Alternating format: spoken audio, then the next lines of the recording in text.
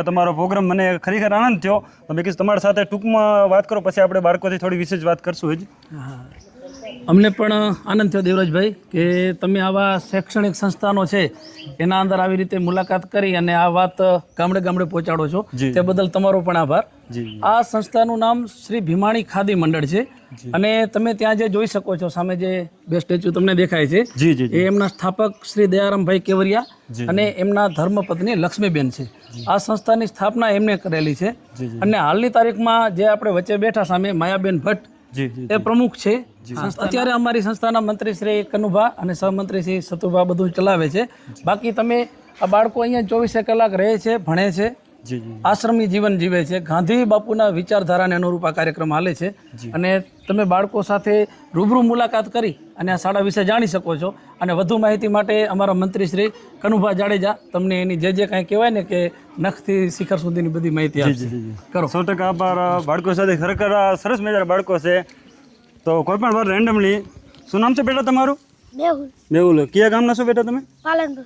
અહીંયા બેટા તમે ભણો છો બરાબર? અહીંયા ભણવાનું શિક્ષણ તમને કેવું લાગે તમારે બેટા? તમને કે અહીંયા ખાવાનું મળે કે કઈ ટાઈપનું તમને મળે? પીવાની મજા આવે, ખાવા પીવાની સારી સુવિધા છે. બરાબર. શિક્ષકો કેવા ભણવામાં અહીંયા બેટા? તમારે દિલથી મતલબ કે હું વિડીયો બનાવ એવું નહીં બેટા, તમને જે મજા આવે કે શિક્ષક મજા આવે કે તમને ભણાવે યાદ રહી જાય, મતલબ કે કઈ ટાઈપનું શિક્ષણ તમને મળે છે બેટા અહીંયા? સાહેબ મને હા સાહેબ કેવા સારા છે? સરસ સાહેબ.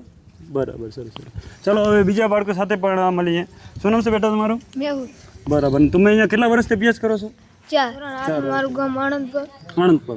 બરાબર. ને અહીંયા રહેવાનું બધું અહીંયા જ છે બેટા કે કેવી રીતે? મતલબ અહીંયા ખાવા પીવાનું રહેવાનું બધું અહીંયા જ છે ને? ભણવાનું પણ અહીંયા અને રહેવાનું પણ અહીંયા. બરાબર. અને અહીંયા શિક્ષક પ્રત્યે તમને પ્રેમ કેવો? મતલબ શિક્ષક પ્રત્યે કેવો તમને પ્રેમ કરે? મા બાપ જે સંભાળ કરતા હશે ને કદાચ ક્યારે એવું લાગે કે મારા મા બાપનું મતલબ અહીંયા શહેર ને એવું તો ક્યારે ફીલ નહીં થાય દેતો ને? કાંઈ પણ નાનો મોટો પ્રોબ્લેમ આવે તો તરત તમને માર્ગદર્શન પૂરું પાડતા જ હશે ને? ના. અને અહીંયા વિશે તમારે કાંઈ કેવું લોકોને તો શું કહે કે અહીંયા કોઈને વડીલો બાળકો ભણવા મૂકો હોય તો મૂકી શકે? મતલબ કેવું છે સંસ્થા? તમારા દિલથી કયો જે હોય બરાબર કે અહીં વિડીયો બનાવી અહીં પરસ્પેસ નહીં બેટા. તમને કેવું લાગે એ કયો બેટા? શું નામ છે બેટા તમારું? જય. કયા ગામના છો બેન તમે? ખારોઈ. બરાબર. અહીંયા તમે કેટલા વર્ષથી અભ્યાસ કરો છો? 2. હા, મારો શું વિચાર ખબર કે ગામના લોકો ને બધા સુધી વિડીયો પહોંચાડું કે આ એક સંસ્થા છે બરાબર, કેવું ભણતર સારું આપે છે. તો બેટા તમને અહીંયાથી શું શીખવા મળ્યું કાંઈ બતાવી શકશો?